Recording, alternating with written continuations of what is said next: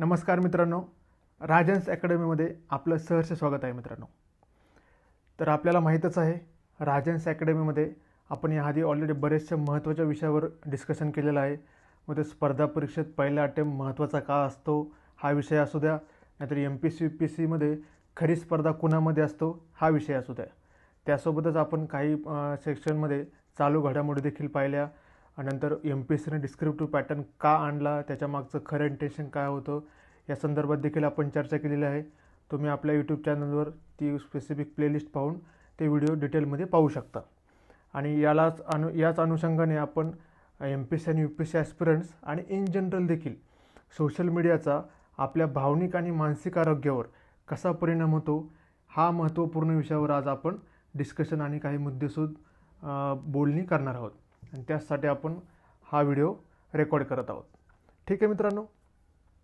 तर आपल्या डेली रुटीनमध्ये मित्रांनो आपण सर्वजण हे ॲक्सेप्ट करणार आहोत आणि मान्य देखील करणार आहोत की आपण बऱ्यापैकी सोशल मीडियाच्या आहारी गेलेलो आहोत.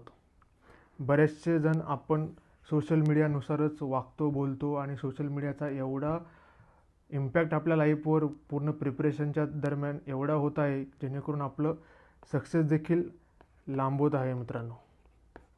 आणि त्याचं आपल्याला कसलंही भान नाही. आपल्याला टाईम किती जातो आहे, त्यामध्ये आपलं प्लॅनिंग किती डिस्टर्ब होतं आहे आणि आपण कसं या VCS सायकलमध्ये सोशल मीडियाच्या अडकून आपल्याला रिअल लाईफचं कसं भान राहत नाही आणि त्याचा तुमच्या लाईफवर, करिअरवर आणि इन जनरल तुमच्या जडणघडणीवर कसा इम्पॅक्ट होतो या संदर्भात काही तुमच्यावर जे काही इम्पॅक्ट पडलेले आहेत सोशल मीडियाचे, त्याबद्दल आपण आज भाष्य करणार आहोत. आणि ते कसे नकारात्मक आहेत आणि तुमच्या ओव्हरऑल लाईफमध्ये आणि प्रोसेसमध्ये त्याचा कसा इम्पॅक्ट पडलेला आहे या संदर्भात आपण काही पॉईंट पाहणार आहोत, जेणेकरून तुम्हाला त्या सोशल मीडियाचा इम्पॅक्ट आणि त्याचा परिणाम तुमच्या आयुष्यावर कसा पडत आहे, त्याच्यातून तुम्ही कसे वाचू शकाल, हे याचं एक मुख्य इंटेन्शन आहे या व्हिडिओ बनवण्यामागे. ठीक आहे मित्रांनो. तर त्याचा पहिला पॉईंट पाहूयात. मुद्दा तुम्हाला कळाला असेल की आपल्या भावनिक आणि मानसिक म्हणजे की इमोशनल आणि मेंटल हेल्थवर सोशल मीडियाचा इम्पॅक्ट कसा होतो या संदर्भात आपण पॉईंट टू पॉईंट डिस्कशन करणार आहोत. तर चला, पहिला मुद्दा आहे मित्रांनो, कंटिन्यू कंपॅरिझन होते मित्रांनो. आपण लो सेल्फ कॉन्फिडन्स असतो. आपल्या रिअल लाईफ उदाहरण सांगायचं म्हटलं की एखाद्याचं व्हॉट्सअप स्टेटस आपण पाहतो आणि कोणी कपल असतं, कोणाचं लग्न झालेलं असतं, कोणी फिरायला गेलेलं असतं, कोणी ट्रॅव्हल करत असतं. ह्या सगळ्या गोष्टीचा कुठं ना कुठं आपल्या माइंडमध्ये कुठेतरी एक इन्फिरिटी कॉम्प्लेक्स येतो आणि आपल्याला वाटतं की यार आपण कसे इथे नाही आहेत, किंवा आपल्यासोबत असं का होत नाही, आपला पार्टनर चांगला नाही, किंवा आपल्याला पार्टनरच नाही, किंवा आपलं लग्न झालेलं नाही, पिकनिक आपण फिरत नाही, ट्रॅव्हल करत नाही, कोणी विमानातून फोटो टाकतं, कोणी कारमधून फोटो टाकतं, कोणी फॅमिलीसोबत फंक्शनमध्ये ब्ला ब्ला इत्यादी गोष्टी व्हॉट्सअपवर आपल्याला अपडेट दिसतात आणि आपण ते चेक करत राहतो सतत. आणि त्याचा इम्पॅक्ट आपल्याला कुठेतरी कंपॅरिझन फॉर्मॅटमध्ये घेऊन जातो आणि आपण कुठंतरी स्वतःला कमी लेखतो. त्याने कॉन्फिडन्स देखील आपला लो होऊन जातो. That is the process. म्हणजे ही प्रोसेस असायला नाही पाहिजे, बट सोशल मीडियाचा हा इम्पॅक्ट आहे मित्रांनो, समजून घ्या. ठीक आहे. आणि त्याच्यानंतर त्यामध्ये काय होतं की आपल्याला डिससॅटिस्फॅक्शन म्हणजे आपल्याला कंटिन्यू वाटतं की यार आपल्याला काहीतरी कमतरता आहे, आपण असे नाही आहोत. इन्फिरिटी कॉम्प्लेक्स होऊन जातो आणि आपला कॉन्फिडन्स देखील लो होऊन जातो त्याने. ठीक आहे. हा झाला पहिला पॉईंट. दुसरा पॉईंट आहे मित्रांनो, अतिविचार आणि मानसिक तणाव. ओव्हर थिंकिंग करतो बघा मित्रांनो आपण बऱ्याच वेळा.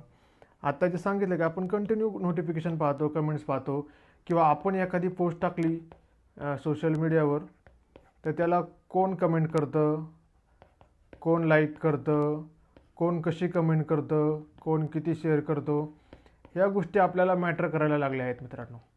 आणि मग एखाद्याने कमेंट केली तर ती चांगली आहे की वाईट, किंवा एखाद्याने काहीतरी त्याला निगेटिव्ह टॉन्ट पास केला तर त्याचा आपल्या मनावर आपण कंटिन्यू विचार करत राहणार, किंवा एखाद्याने पाहून त्याला काही रिप्लाय नाही दिला तर त्याचा कुठेतरी आपल्या मेंटल हेल्थवर परिणाम होतो. आणि आपण विचार करतो की आपल्या जवळचा मित्र आहे, किंवा आपली मैत्रीण असो, किंवा सो कॉल्ड आपल्या फ्रेंड लिस्टमध्ये कोणीतरी कॉन्टॅक्ट नंबर असो, की आपला फोटो पाहून, आपली पोस्ट पाहून त्यांनी रिप्लाय दिलेला नाही. तर हा विचार आपल्या माइंडमध्ये येत राहतो आणि त्याने आपण कुठेतरी एक फिलिंग, फोमो जे म्हणतो ना, फिलिंग ऑफ मिसिंग आउट, तो एक प्रकार सध्या व्हॉट्सअप आणि सोशल मीडियाच्या दुनियामध्ये खूप आपल्याला एक्सपिरियन्स करायला मिळतो. आणि त्याच्यातूनच काय होतं, कंटिन्युअस आपण विचार करत राहतो. अनिद्रा म्हणजे की स्लीपिंग सिकनेस तुम्हाला चालू होतो. तुमच्या गोष्टी तुमचं रुटीन राहत नाही.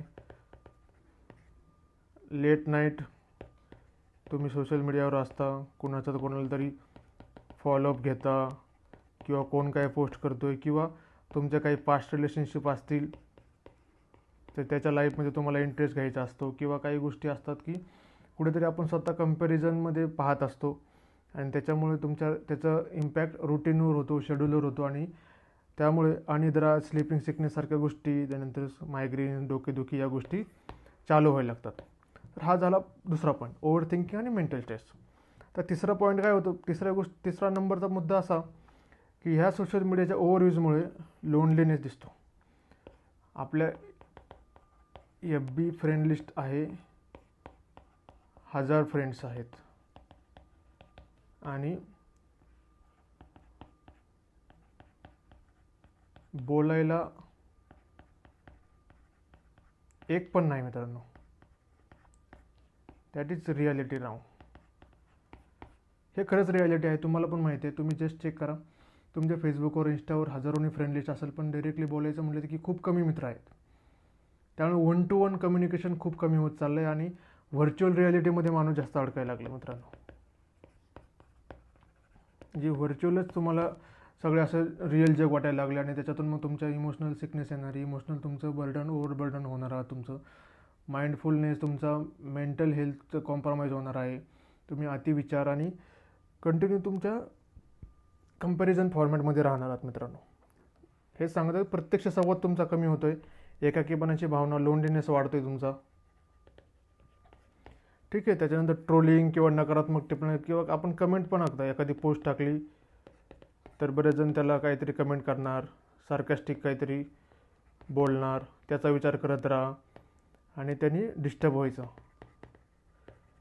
हे आजकालच्या जनरेशनमध्ये आणि कम्पॅरेटिव्हली जनझीमध्ये, म्हणजे की 2000+ जे बॉर्न आहेत त्यांच्यामध्ये ह्या गोष्टी खूप दिसतात की खूप म्हणजे की तुम्ही 10वीपर्यंत पण तुमचं जे एज्युकेशन झालेलं नसतं आणि तुम्हाला गर्लफ्रेंड, बॉयफ्रेंड, रिलेशनशिप, क्रायसिस ह्या गोष्टी तुम्हाला फेस करायच्या असतात. तुमचा एक्स झालेला असतो, तुमचा नेक्स्ट माहिती नसतो आणि तुम्हाला या गोष्टी बऱ्याच वेळा डिस्टर्ब करत असतात. का तर तुमचं सर्कल तुमच्या आसपास तसं आहे. रिलेशनशिप हे कॉमन झालेलं आहे, म्हणजे की हुकअप कल्चर खूप वाढत चाललेलं आहे. त्याचा इम्पॅक्ट कुठेतरी तुमच्या गोष्टींवर दिसतो. आपला बॉयफ्रेंड सोशल मीडियावर, स्वतःच्या रिअल लाईफमध्ये नाही पण सोशल मीडियावर चांगला दिसला पाहिजे. माझी फॅमिली रिअल लाईफमध्ये माहिती नाही, बट सोशल मीडिया प्लॅटफॉर्मवर चांगली दिसायला हवी, फोटोमध्ये चांगली दिसायला हवी. हे बऱ्याच वेळा आपल्या माइंडमध्ये या गोष्टी चालू असतात आणि याच इन्फेरिटी कॉम्प्लेक्समधून एखादा चांगला दिसायला नसेल, सोकॉल्ड चांगला दिसायला नसेल, किंवा कोणी अति सावळा असेल तर त्यांना कुठेतरी इन्फेरिटी कॉम्प्लेक्स होऊन ते स्वतः स्वतःचे फोटो देखील पोस्ट करत नाहीत. का तर आपण त्या सोशल मीडिया प्लॅटफॉर्मच्या काही सोशल मीडिया युजर्सने जे काही रूल्स इनडायरेक्टली बनवलेले आहेत की तुम्ही भारी दिसायला पाहिजे, मग त्याच्यातूनच तुम्हाला गोरे होण्याचे ॲप येतात, तुम्हाला भारी दिसण्याचे ॲप येतात, फोटो इफेक्ट एडिट करून वापरण्याचे ॲप येतात आणि त्याचा वापर करून का होईना बट सगळेच जणांना पोस्ट आणि अपडेट्स करायचे असतात. आणि त्याला एखादी पोस्टला कमेंट आली, काहीतरी निगेटिव्ह सार्कास्टिक कमेंट आली की त्याने डिस्टर्ब होणार, तुम्ही एकटे पडणार, लोनलीनेस वाढणार. ठीक आहे. हा झाला तिसरा पॉईंट. चौथा काय, वेस्टेज ऑफ टाईम. तुम्ही कंटिन्यू रात्रंदिवस बऱ्याच वेळा त्या सोशल मीडिया प्लॅटफॉर्मवर असता. त्याने काय होतं, तुम्हाला एक तर वेळेचे भान राहत नाही मित्रांनो. वेळेचे भान राहत नाही आणि तुमचं रुटीन एवढं डिस्टर्ब झालेलं असतं की तुमचं रुटीन डिस्टर्ब होऊन शेड्यूल खराब होतो. तुमचे जे काही टार्गेट्स असतात, तुम्ही जे काही रात्री प्लॅन केलेला असतो, जे काही शेड्यूल असतं, ते सगळ्या पोस्टपोन होऊन त्याचा परिणाम तुमचा फ्युचर आणि करिअरवर होतो मित्रांनो. आणि मग ह्या गोष्टी झाल्या की त्याचा मानसिक तणाव आणि असमाधान चालू व्हायला लागतो, कारण आपण आयुष्यातल्या जबाबदाऱ्या बाजूला टाकतो आणि सोशल मीडियामध्ये वेस्टेज ऑफ टाईम करत असतो. आणि by default that leads to reduce productivity. आणि तुम्ही जर का दिवसातले 10-10 तास जर का सोशल मीडिया अकाउंट मेंटेन करण्यासाठी आणि ह्या गोष्टी यूज करण्यासाठी करत असाल तर तुमचं प्रोडक्टिव्हिटी बाय डिफॉल्ट कमी होणार आहे. सध्या बराच ट्रेंड आहे, IPL चालू आहे, त्यानिमित्ताने ड्रीम11वर बरेच जण दिवस टीम लावत असतात आणि तुमचा वेळेचा वेस्ट ऑफ टाईम हे असाच होणार आहे मित्रांनो. तुम्हाला बाहेरून तेवढीच आकर्षणं दिसणार आहेत. आज IPL आहे, उद्या ड्रीम11 आहे, नंतर माय11 सर्कल आहे वगैरे असे ॲप आहेत, किंवा रम्मी आहे, किंवा असे इतके नंबर ऑफ ॲप्स आहेत की ज्यांनी तुम्हाला दिवस काय वर्षानुवर्ष तुम्हाला त्या विळख्यात अडकून ठेवलं आहे मित्रांनो. आणि हे खूप डेंजरस आहे मित्रांनो. हे एवढं खतरनाक ॲडिक्शन आहे की त्याच्यातून बाहेर पडणं तुम्हाला खूप अवघड जाणार आहे. त्यामुळे वेळीच तुम्हाला सावध व्हायचं आहे. ठीक आहे. चौथा पॉईंट आहे मित्रांनो, आपण बऱ्याच वेळा फेक न्यूजमध्ये अडकतो. आपण जे म्हणतो ना व्हॉट्सअप युनिव्हर्सिटी, म्हणजे की फॉर एक्झाम्पल मला काहीतरी वाटलं आणि मी ते पोस्ट लिहिली फेसबुकवर किंवा व्हॉट्सअप स्टेटसला, आणि त्याचं खरं खोटं काय याची कसलीही शहानिशा करता नेक्स्ट पर्सन तो शेअर करतो.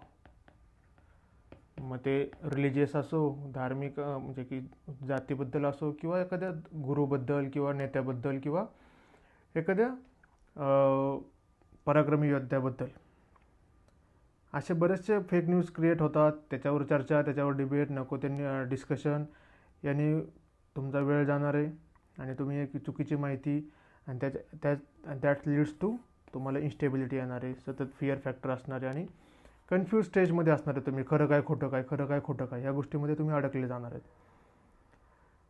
तर ह्या काही बेसिक महत्त्वाच्या तर नाही म्हणणार, बट तुम्हाला तुमच्या मेंटल हेल्थ आणि इमोशनल हेल्थला इम्पॅक्ट करणारे काही मुद्दे मी सांगितलेले आहेत. होप तुम्हाला काही कळलेले असतील. आणि त्या थोडं टाळण्यासाठी आपल्याला काय करता येईल, तर अतिरेक आणि अयोग्य वापर करायचा नाही आहे. म्हणजे की ओव्हर यूज, सकाळ ते संध्याकाळ झोपेपर्यंत कंटिन्यू तुम्ही मोबाईल हातात आहे, तुमच्या कंटिन्यू मोबाईलमध्ये नोटिफिकेशनवर लक्ष आहे, कोणी किती लाईक्स केली आहे, कोणी काय पोस्ट केली आहे, अपडेट्स घेत आहे, कुणाला त्याच्यावरून डिस्कस करताय, कमेंट करताय, आणि त्याच्यामध्ये तुमचा ओव्हर यूज करून तुम्ही वेस्ट ऑफ टाईम करत आहात. ठीक आहे. नंतर काय, मर्यादित आणि सकारात्मक वापर करायचा आहे, लिमिटेड यूज करा मित्रांनो. माझे काही फ्रेंड सर्कल आहे मित्रांनो जे पोस्ट होल्डर आहेत आत्ता, आणि काही जण प्रोसेसमध्ये आहेत, ते साधा मोबाईल वापरतात, बटन मोबाईल वापरतात मित्रांनो. ह्याच गोष्टीसाठी की सोशल मीडियावर आपण अभ्यासाच्या नावाखाली सोशल मीडिया चांगला मोबाईल घेतो, आणि फॉर एक्झाम्पल मला पॉलिटिक्सची एखादी कन्सेप्ट पाहिजे आहे किंवा टेक्निकल काही मला समजत नाही, तर मी तो मुद्दा शोधण्यासाठी गुगलचा यूज करायला जातो, आणि त्याच्यानंतर कधी इन्स्टावर जातो, कधी व्हॉट्सअपवर जातो, आणि माझे 2 तास जातात हे मला कळत नाही. हे बरेचदा होताना दिसतं. म्हणून हे जे सिरियस ॲस्पिरंट्स आहेत ते खरंच हा मोबाईल यूज करताना दिसतात मित्रांनो.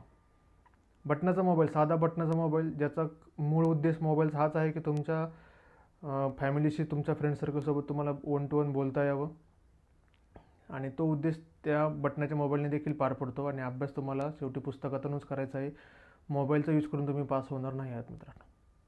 ठीक आहे.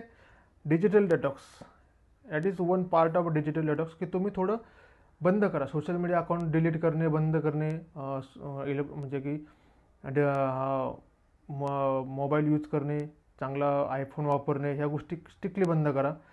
आणि 1 to 1 फॅमिलीशी गप्पा मारा, त्यांना भेटा, तुमचं फ्रेंड सर्कल असेल, फॅमिलीला क्वालिटी टाईम द्या, किंवा एखादी छोटी ट्रिप करा किंवा ट्रेक करा.